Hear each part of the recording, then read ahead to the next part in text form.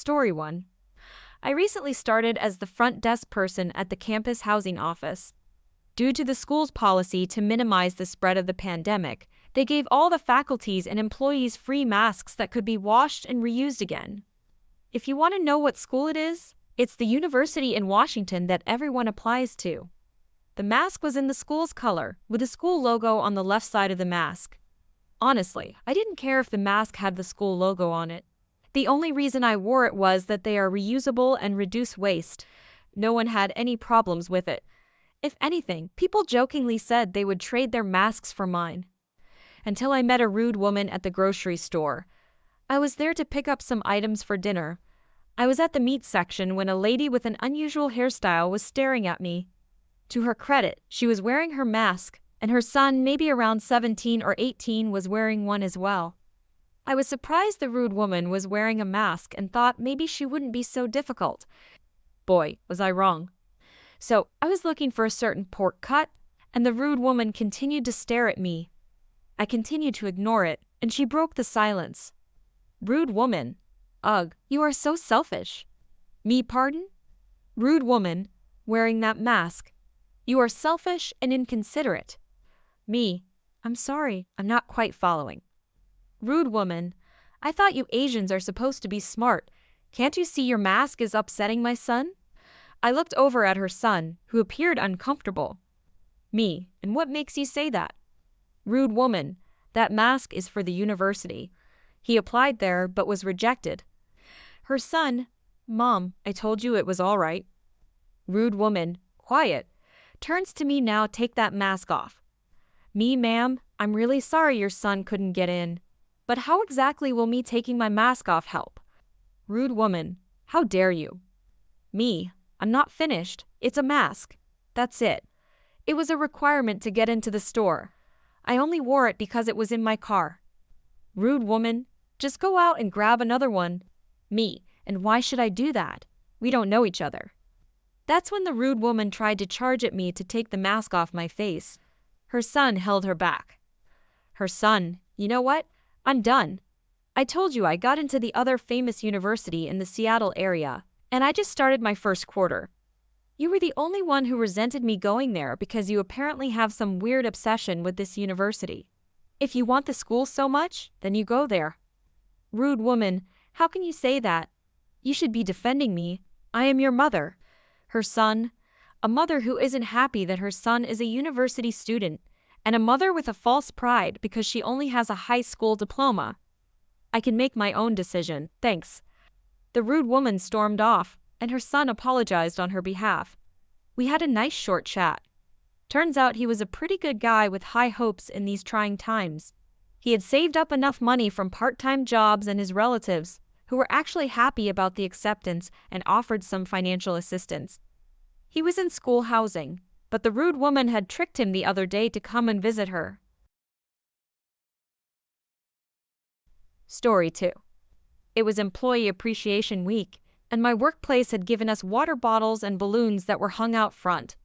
Keep in mind our front part was closed, and only the drive-through window was open due to the pandemic. Now, this was in the middle of a rush, and I was trying to get this woman out as fast as I could because other customers were waiting. One of the children saw a balloon and asked if they could have one. I said I couldn't, as I wasn't supposed to give them away. The woman then said, "It's just one balloon, it couldn't hurt that much." I apologized and said I couldn't do it. She then proceeded to yell at me while her child was screaming in the back seat, and my manager was brought out. The manager apologized to the woman and gave her a free cookie, stating that we couldn't give away the balloons. The next day, I had a 1-star rating and an angry story about me being rude and entitled, all because I wouldn't give the child a balloon. Story 3. Back in the 1990s, where I live, all fines from our local government came in the same envelopes, whether it was library fines, parking fines, or whatever. All these envelopes said they were from a certain city council, the name, and the amount, and in the smallest print possible, what the fines were for. And this is where the story starts. I was a rebel, barely 11 years old and barely 5 feet tall. My rebelliousness came from the fact that I was late returning library books / cue dramatic music /. So, in the mail, I started to get fine letters. 35 cents, okay? $2.65, okay, I can handle that. $4,456. Wait, what? My entitled father had lost his license, all his insurances, and thus all his car registrations.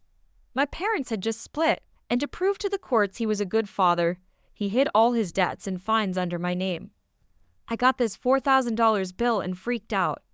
Being 11 and all, I thought they were all library fines, and I was going to hell. I started to hide the weekly envelopes and planned to run away.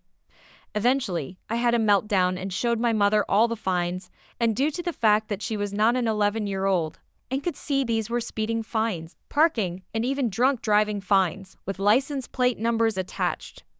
My entitled father then turned around and blamed me for getting upset and revealing the fines. His precise words were, "You should have been able to see these weren't yours." It took years to clear up because the entitled father had kept racking up the fines, and it stopped around $15,000, and he refused to pay, so it went to collections.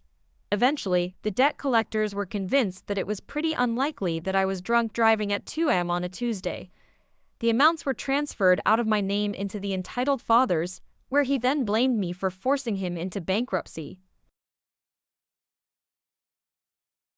Story 4. This happened last week, and I live in a medium-sized city. My friends and I were hanging out in my backyard, playing music at a fairly low level and having a small fire. Over the music, I heard the dreaded screeching of my crazy neighbor, whom I will call Karen. Now, keep in mind it was 7 o'clock in the evening, and this woman was upset because our music was too loud, which it wasn't, and started screaming at us about how we were blasting music and how it was illegal to have fires in our city. She called the police, and we looked it up, and she was kind of right. It was illegal to have a fire in our city unless you were cooking something. I had the brilliant idea to go grab a pack of hot dogs upstairs so that when the police arrived, we were cooking something. But no, it wasn't the police who showed up. It was the fire department with 2 huge fire trucks. They said a very scared woman had called because her neighbor's house was on fire. Lies. After we told them the story, they realized that this woman had done this to other people 13 times. Story 5. This happened last year. My friends and I were about to go to Fright World, an incredible haunted attraction. We had just arrived at the attraction and waited about 15 minutes to pay for the tickets. You had to pay for each haunted attraction you went through. For a little description, Fright World is a large indoor room roughly the size of 4 lunchrooms in a large rectangle form. We were planning on doing every attraction and bought 5 tickets each. After we completed the first 2, we continued to this one that had a haunted abandoned asylum theme. It wasn't too scary, and you had to go through in groups. That's when Karen and her son showed up. She asked if she and her child could go with us because they were scared, and we agreed. Her child looked around the age of 10, which was pretty young for Fright World. We entered the asylum and started walking through. Just as expected, the child left the asylum, crying his eyes out. I tried to comfort him and put my hand on his shoulder, but his mother slapped my hand away, which I kind of understood because she was just worried about her child. But then she goes into full Karen mode and starts screaming that I was trying to sexually assault her child. She called over the workers and demanded that they give her free tickets for the rest of the year. For some reason, they believed her. They were about to call the police on me when my friends, and I reminded them that there were cameras right next to where supposedly I molested her child. As they returned with the footage, they immediately started to escort the woman out and banned her for life. The parents were called, and we were given free tickets for the rest of the season. Story 6. I went to the store that was walking distance to get some basics for breakfast that morning: eggs, milk, and so on. However, I also had some extra money for a box or 2 of Girl Scout cookies, as it was the season. Enter the rude child and his mother. The rude child was a skinny lad of about average 7-year-old height.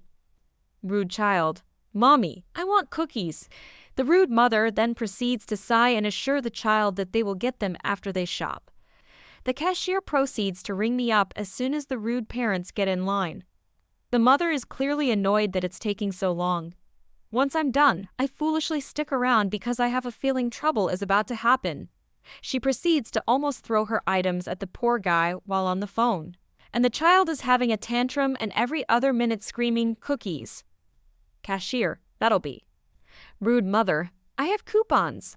Literally anyone in the vicinity turned and looked at her with an annoyed look. Cashier, oh okay, that'll be something close to $100. The rude mother pulls out a wad of cash and a small stack of coupons. She shoves the coupons in the guy's face and pulls out 1 or 2 bills from the wad of cash. The cashier then sorted out all the coupons, but then this is where trouble starts. Cashier, ma'am, some of these aren't valid. Rude mother, no, I checked all of these. They are all good, so just hurry up. Cashier, and no, some of these are almost a year overdue. Rude mother, stop lying and wasting my time and get on with it. The cashier then shows her the dates, and she gets all flustered. Before she can rant, the cashier tells her she can either pay for it all, pay for what she can, or leave. The rude mother huffs and puffs, but then pulls out a $40-something bottle of wine and some small items. She starts a mini rant about selfishness and single mothers and whatnot. I didn't stick around in fear of being roped in. I had what I wanted, my groceries, a story for Reddit, and was about to get some cookies. I tried to get out as fast as I could, grab my cookies, and leave. However, they had caught up with me. Rude child, I want green boxes. Rude mother, well, hurry up then. The Girl Scout and her mother were both startled by the rude behavior, and the little one was starting to tear up. The mother was about to say something, but kept her composure. Girl Scout mother, please leave my daughter alone and be patient, please. She is only 7, 8-ish, I don't know. Rude mother, scoffs whatever, hurry up. Girl Scout mother, master of self-control, okay? That'll be $1. Rude mother, spluttering what? That's so expensive. The Girl Scout mother calmly stated that was the price, and if the rude mother couldn't pay, she should leave. Rude mother, sniff, come on, child. We're going home without your treat because these 2 inconsiderate people can't give a bit of charity to a single mother. Upon hearing that he was being denied his cookies, the rude child started throwing a tantrum on the ground, causing the Girl Scout to cry as any reasonable young child would do when being screamed at. The Girl Scout mother hugged her daughter as the rude child continued to cry and wail. The rude mother did nothing, rather letting her child cry while giving a dirty look to the Girl Scout mother and her daughter, like they had personally kicked her child. I decided it was time for me to leave before more trouble happened. But the rude mother spotted me looking and saw my boxes. Rude mother, hey you? Me. Internally, oh no. Externally, who? Me? Rude mother, obviously. Sweetly, can you possibly spare some cookies for my precious angel? The rude child immediately stops wailing and runs up to me with a big smile. I simply replied, no, sorry, and turned to leave. The rude child resumed his tantrum, and the rude mother then grabbed me on the shoulder. Rude mother, how dare you say no to me? I am a single mother and an elder, so you have to do what I say. Me, ma'am, 3 things. 1, I don't have to listen to you. 2, I don't owe you anything. And 3, you have about 10 seconds to let me go. Rude mother, or what? Me, or that nice security guard will be forced to restrain you and possibly call the police for harassment. Rude mother, well, who do you think they're going to believe? Some disrespectful child and a security guard? Me, well, what about this fine mother and her daughter? We then see the Girl Scout mother recording the incident on her phone, and the Girl Scout behind her legs. The rude mother starts to realize the trouble she's in and attempts to backtrack when the security guard walks in. Security guard, ma'am, is there a problem? Rude mother, yes, this disrespectful child stole my cookies and... Security guard, ma'am, this security guard already heard everything, so I suggest you leave now. The rude mother then tries to defend herself, but the security guard wasn't having any of that and escorted her off the property, informing her that she was now banned from the store. Before I left, the Girl Scout mother stopped me. Girl Scout mother, hey, thanks for dealing with that. Well, you know. Me, hey, no problem. I'm sorry you guys had to deal with that.